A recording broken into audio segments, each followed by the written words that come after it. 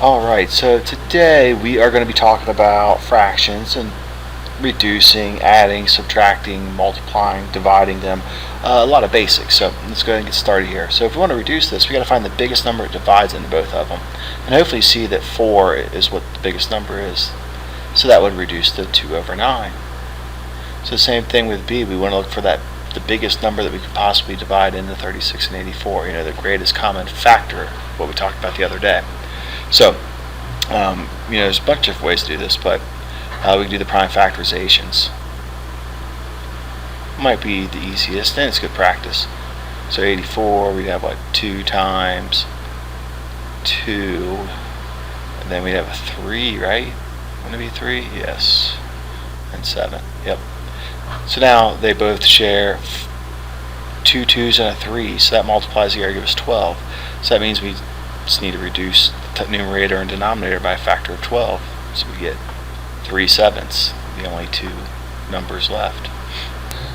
Alright, so the last problem is in factored form for us already, so we just need to find the greatest common factor. And notice they both share 3 times 5 to the third times 7.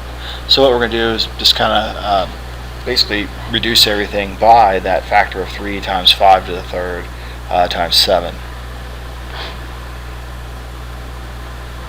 So it wouldn't affect the number 2's in the denominator, but it would drop everything by a 3 on the numerator and denominator. Then we'd have to take away 3 5's out of the numerator and denominator, and 1 7 out of the numerator and denominator. Alright, so now what we'd have to do is factor the numerator, factor the denominator, and get rid of what they have in common. So factor out their greatest common factor. So 24 is 2 times 2 times 2 times 3, and we got 2 x's, 2, 3, 4, 4 y's, and 7 z's. And I ran out of room here, so I just had to write z to the 5th for that to represent all 7 z's.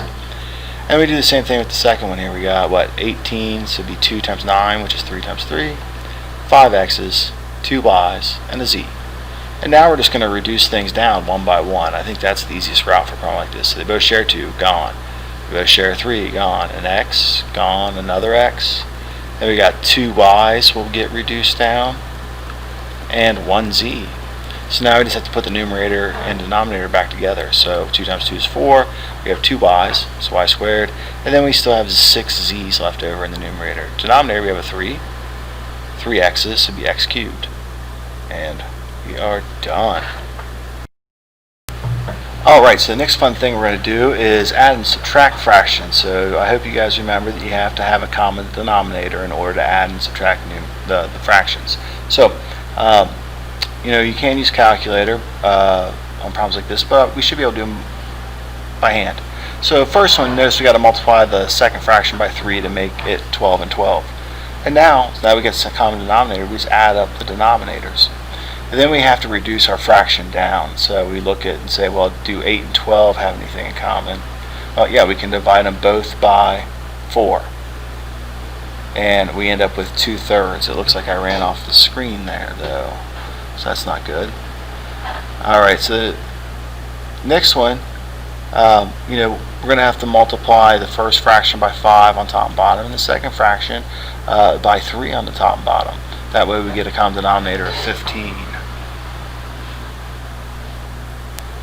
So we'd have 10 15ths minus 12 15ths. 10 minus 12 is negative 2. So we got negative 2 15ths would be our solution for this problem. Alright, so for C, we need to find the least common denominator. And I wrote least common multiple, but that's alright. So what would our denominator, the smallest denominator, need to be here? So what we're going to do is factor 12, 2 times 2 times 3, and 16 is 2 times 2 to the 4th, right? So what we need to do then is our least common multiple will be 2 to the 4th times 3. So that would be our denominator. So then we have to look at it and say, well, I get 48 there. So now we'd say, well, what do we have to multiply 12 by to make it 48? Well, we got to multiply it by a 4 on top and bottom. And then what do we have to multiply the 16 by to make it a 48? Well, 3. So we got to do multiply the numerator and denominator by 3. A lot of work, just add a couple fractions, right? So we end up with 28 48ths plus 9 48ths. And then we can just add those two numerators up, and we get 37 over 48. And it does not reduce. So that's as far as we can go. Alright, so for the last one, it's already kind of written in the factored form in the denominator. So really, we just got to make them look the same. So we're going to take the least common multiple here. We'd have what, 2 2s, 3 3s, right? So it says, yeah, and 1 5. So that'd be our least common denominator in that situation.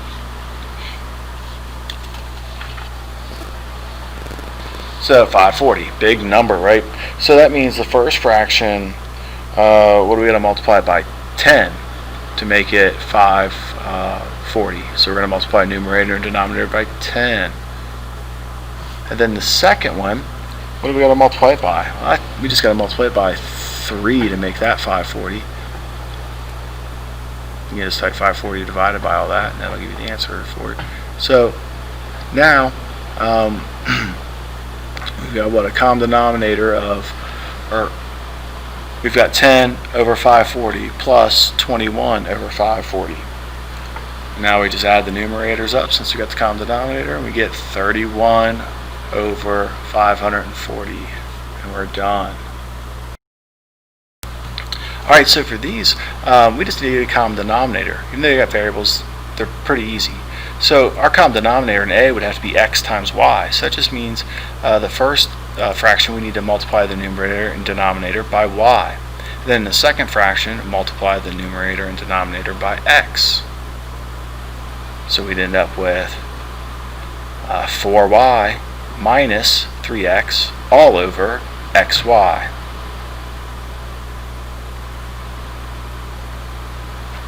Alright, so in B, you look at it and say, well, what would our least common denominator be in this situation? So, hopefully you look at it and you go, well, I know our denominator should be a 12a squared. And again, that's just using what we've been talking about every time we do the least common multiple or least common denominator.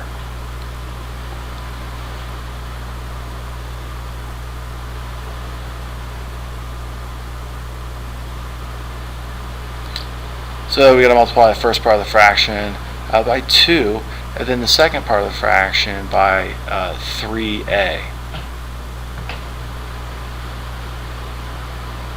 So now we just multiply everything out, and we get 10b plus 9ac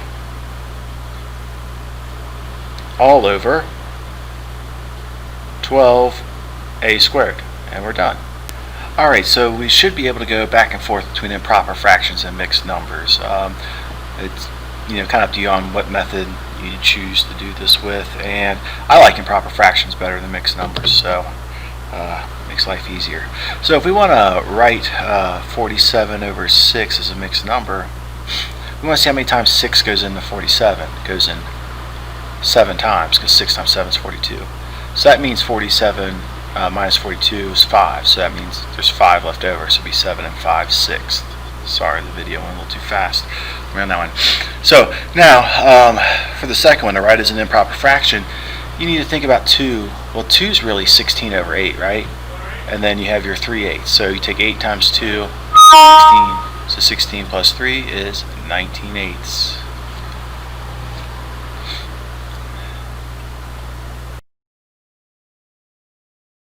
Alright, so multiplying and dividing. Hopefully you guys remember multiplying, you top times top, bottom times bottom, reduce.